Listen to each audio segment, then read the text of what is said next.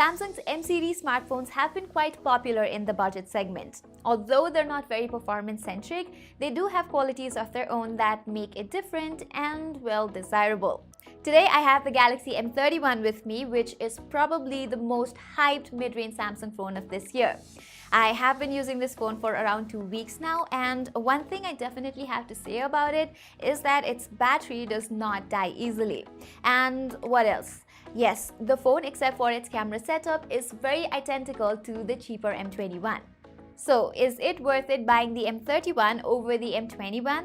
Well, I will answer that question in this review. And like I mentioned in my previous video, during this lockdown, I have been shooting videos on my own while my video team is quarantining at home. So if you guys feel like rewarding my efforts to bring out reviews for you guys, do not forget to hit that subscribe button and share our content. Okay, design-wise, like I said in the M21 review, the M series do not make it to the list of the most attractive. On top of that, the design of this one is strikingly similar to the M21, except that the M31 is a little bit heavier. Just like the M21, the back is plastic and the frames are plastic too. That being said, the looks of the Galaxy M21, which I reviewed recently, did not bother me at all. Well, because it comes for a cheaper price. But when you're moving higher in the price range, just like with the M31, we expect some changes in the design, some improvements to be precise, which seems lacking in the M31. For instance, we still have that rear-mounted fingerprint scanner when most of the others in a similar price have gone for either in-display ones or side-mounted ones. In comparison, the Poco X2 looks and feels so much better and modern even. What also makes the M31 look like an older generation phone is the U-shaped notch, or the Infinity U notch that Samsung likes to call it. Maybe they could have implemented a punch hole like the M40, which would have looked better. I say this because the Galaxy M31 is very similar to the M21 and last year's Galaxy M30s. So if they could just have changed the design and the build material a little bit, there would have been some kind of differentiation among the products. Having said that, except for the U-shaped notch, everything else about the M31's display is awesome.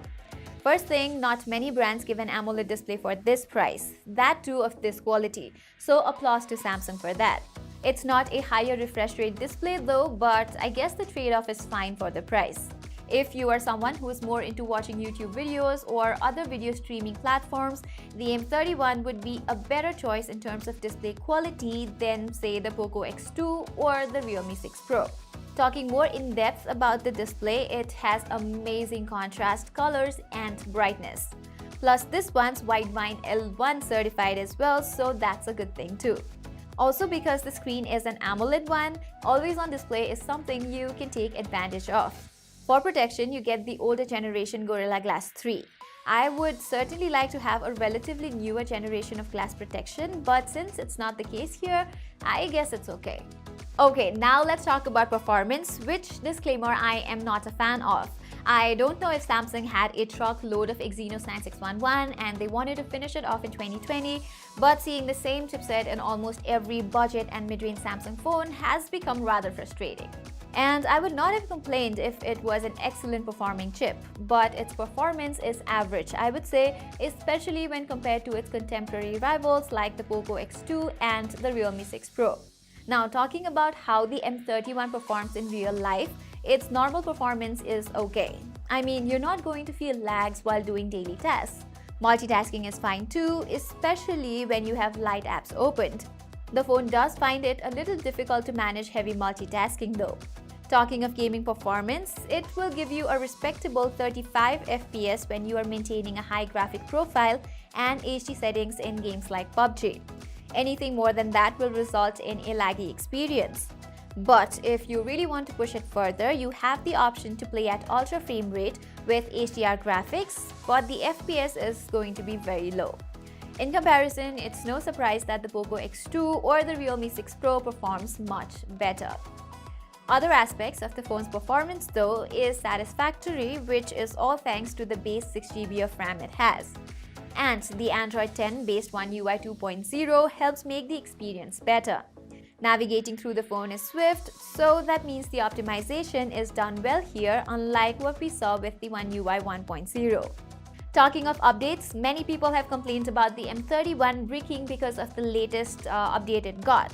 I, on the other hand, have not been able to check what it exactly is because I have not received the update in my region, but once I do, I will make sure to inform you guys. Okay, now let's talk about the one difference there is between the M21 and the M31. Yes, you guessed it right, it's the cameras. And since it was hyped quite a lot by some top reviewers before launch, I was very eager to test the cameras of it.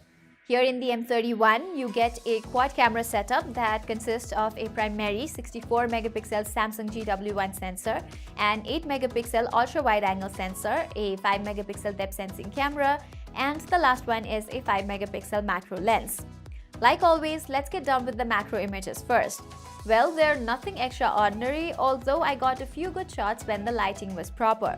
But I'll say it again, I have never valued the presence of macro sensors in smartphones, and I find it gimmicky rather than useful. Now, what I like about Samsung is that their 5 megapixel depth sensor is a good one. Subject focus on the portrait images is good and the background looks adequately blurred. Also, HDR in portrait images works well here, actually better than the Poco X2. The primary images from the M31 look good too. The colors on them are punchy and pleasing, so you can be sure that if you get this phone, you are going to get good pictures from it. Talking more about the images, they have quite good details in them, but when I compared it against the Poco X2, I found Poco's images to be sharper. The HDR function, however, is a hit or a miss on both the phones. Sometimes Poco X2 does it better and the other times M31 does it better. In the color aspect, I like the M31 more, especially in pictures of the skies. For the selfies, I have to vote for Samsung as it is evidently better. Xiaomi always has a weird filter sort of thing in selfies which does not look very good. Samsung, on the other hand, makes the skin color look nice. Portrait selfies on the M31, however, lack proper edge detection and are okay-ish only. You get slow-mo, super steady mode, etc. in the cameras like you get in most of Samsung's offerings. And if you are a TikTok user, you can use the slow-mo video feature for selfies and make your videos more interesting. Talking about nighttime images, normal nighttime images have a lot of muddiness in them. So I suggest you take nighttime pictures from the night mode itself. When you do that, you will notice that the night mode crops your pictures a little bit. Why that happens is because in the night mode, the camera takes 5 to 6 images in different exposures and merges them. The edges don't always look proper while doing that, so the software crops the picture. Honestly, I didn't know this before, but one of our viewers commented regarding this on our A71 review, so a big shout out to him for letting us know. Video-wise, as the standard Samsung mid-range tradition goes, you get options for 4K and FHD at 30 FPS, among which videos at FHD are only stabilized. But if you vlog, I suggest you use a gimbal and shoot in UHD. Talking of quality, the videos have good dynamic range and colors just like the photos. Now, after testing the cameras of the Galaxy M31 for a while now, what I found is that the cameras are a bit overhyped. Not that they're not good, they are one of the best for the price, but definitely not the best of the breed to match the hype that Samsung's marketing team initially concocted about it. But what's here to actually hype about is its impressive battery life. The 6000 mAh battery it has easily makes it a 2-day battery phone on normal to medium usage. On heavy usage too, you can get through a day easily with some juice left to keep the device running for a few hours the next day. But what's painful is the charging, as it took me exactly 2 hours and 18 minutes to get the device charged from 0 to 100%. So this is definitely a phone that you should be charging overnight, which is painful because other brands give you much faster charging and for the exact same price. So I think Samsung should have given a 25-watt charging instead, but maybe it's the chipset limitation as well. Moving to other aspects, audio on this thing is good. The single speaker at the bottom is loud and not distorted at high volumes, and the experience with headphones is quite good too. You get Face Unlock as an optional biometric security option, which is fast like the fingerprint sensor. Call quality is good over mobile networks and over VoIP apps, so that's nice as well. So the question still remains, should you get the M31 chipping in more money when you can basically get the similar specs at a much lower price with the M21? Well, like I said in the M21 review, with this you get a bit of everything. But with the M31, you get a little bit more in the form of better performing cameras. So that is basically why Samsung is charging more money for the M31 when compared to the M21. However, if you look at the competitors, they're offering better designs than the M31 and most importantly, better performance. And I think with the M31, Samsung could have done so much more, but they only chose to update the camera part, which makes me feel like the M31 is just an incremental upgrade to the Galaxy M30s. So that was our review of the Samsung Galaxy M31. Do let us know if you would choose the M31 over the Poco X2 or the Realme 6 Pro in the comments below. And like I say always, make sure to take all the necessary precautions to keep yourselves and your loved ones safe from the ongoing pandemic. Till then, I'm Pratima Adhikari. Stay indoors and stay safe.